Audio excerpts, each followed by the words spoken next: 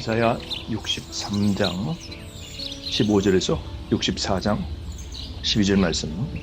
먼저 시온이 여호와의 구원을 호소하는데요, 하나님의 자비와 사랑을 구하는 기도입니다. 과거처럼 하나님께서 다시 돌아오셔서 은혜 베푸시기를 간절히 호소하고 있죠. 15절에서 19절 말씀은 시온으로 다시 하나님께서 돌아오시도록 간구합니다. 15절, 16절 하나님께 신앙을 고백하는데요, 탄식과 신뢰의 고백입니다. 그 고백의 핵심은 주는 우리 아버지시다라는 겁니다. 15절, 주여 하늘에서 굽어 살피시며 주의 거룩하고 영화로운 처소에서 보옵소서. 주의 열성과 주의 능하신 행동이 이제 어디 있나이까? 주께서 베푸시던 간곡한 자비와 사랑이 내게 그쳤나이다. 하나님 굽어 살피시며 보옵소서. 이제 어디 있나이까? 라고 말하면서 16절 그는 주는 우리 아버지시라 라고 고백합니다. 주는 우리의 아버지시라, 우리의 구속자라. 16절 이렇게 강조하고 있죠. 사랑하는 성도 여러분, 하나님은 아버지 아니십니까? 우리는 그의 자녀입니다. 우리 어려울 때 하나님께 기도합시다. 하나님, 아버지 아니십니까? 도와주옵소서. 언제든지 소원을 아뢰일 수 있는 근거가 무엇입니까? 하나님은 나의 아버지이십니다. 17절에서 19절 말씀은 지금 처한 곤경한 상황을 아뢰며 구원을 호소하고 있죠. 그 공경한 상황 세 가지가 무엇입니까? 17절, 주의 길을 떠나 주를 경외하지 않았다라고 합니다. 우상을 섬겼고 죄를 회개하지 않았고 고집을 피웠다는 거죠. 왜 이렇게 어렵게 되었습니까? 18절 말씀 두 번째로 대적들이 성전을 유린하였기 때문에 지금 힘든 상황입니다. 세 번째로 19절 말씀, 나라가 망하고 포로가 되어서 하나님 다스림 받는 백성이 되지 못한 상태임을 하나님께 호소하고 있는 거죠.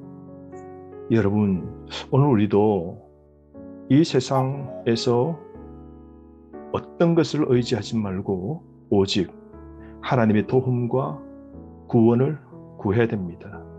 우리 아버지께 지금 처한 상황을 그대로 아뢰읍시다. 그리고 도움을 호소합시다. 지금 상황의 문제 해결은 오직 하나님께 있는 겁니다. 하나님께서 돌아오시면 되는 것이죠.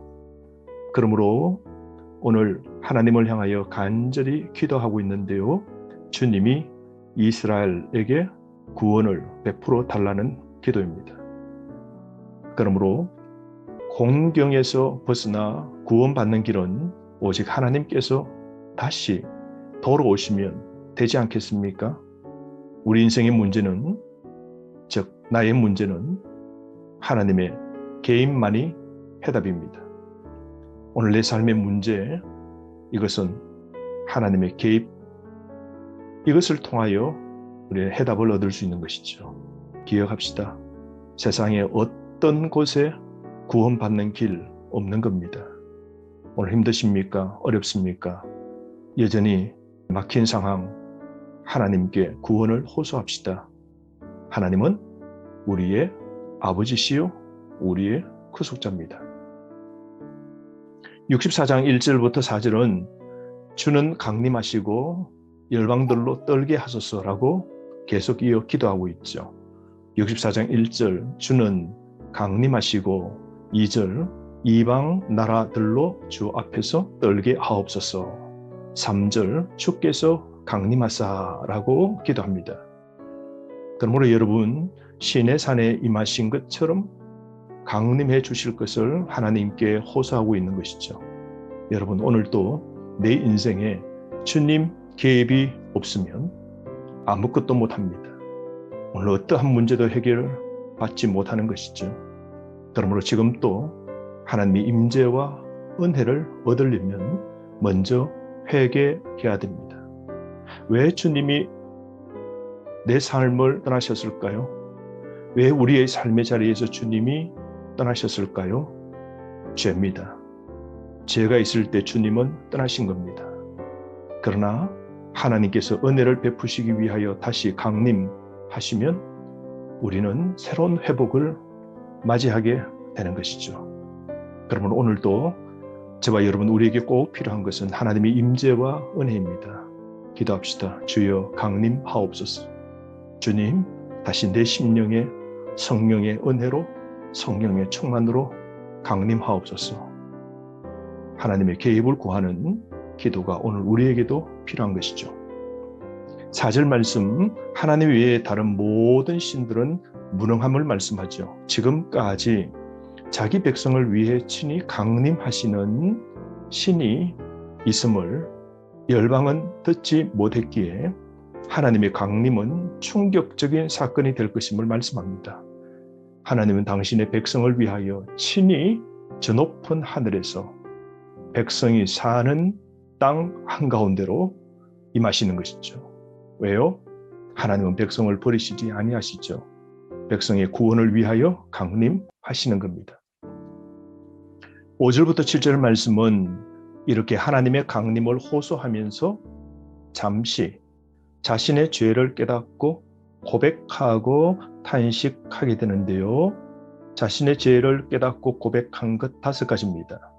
첫 번째로 오랫동안 범죄하였다라고 고백합니다. 뿌리 깊은 죄악의 습관이 있었던 것이죠. 5절 말씀, 이 현상이 이미 오래되어사오니 라고 고백합니다. 여러분, 오늘 내 삶 속에서도 고질적인 죄악의 습관이 없습니까? 버립시다. 두 번째로 다 부정한 자라고 고백합니다. 6절 말씀, 영적 문둥병자임을 고백하는 것이죠. 여러분, 우리는 천국 혼인잔치에 맞는 의의 옷을 입어야 됩니다. 우리는 하나님의 자녀로 입혀주신 세마포처럼 흰, 깨끗한, 거룩한 옷을 입고 삶을 살아야 됩니다. 우리가 세례 받을 때 옛날에 입었던 옷을 벗고 새 옷을 입는 게 바로 세례의 표정이죠.